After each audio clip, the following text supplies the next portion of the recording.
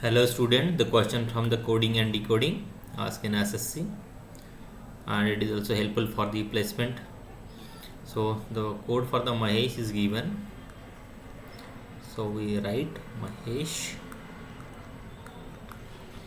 and code is HSEHAM. So you can see that these two letters come at the first side, means the last letter come first, next letter, next letter, next letter, means the last letter come first, last letter come first. So we have to write the code for manager. So the last letter is R, so R come first, then E, then G, then E, then N, A, M. So R E G E, where it is R E G E N A M. So we are go with the first option A. I think it is clear to everyone.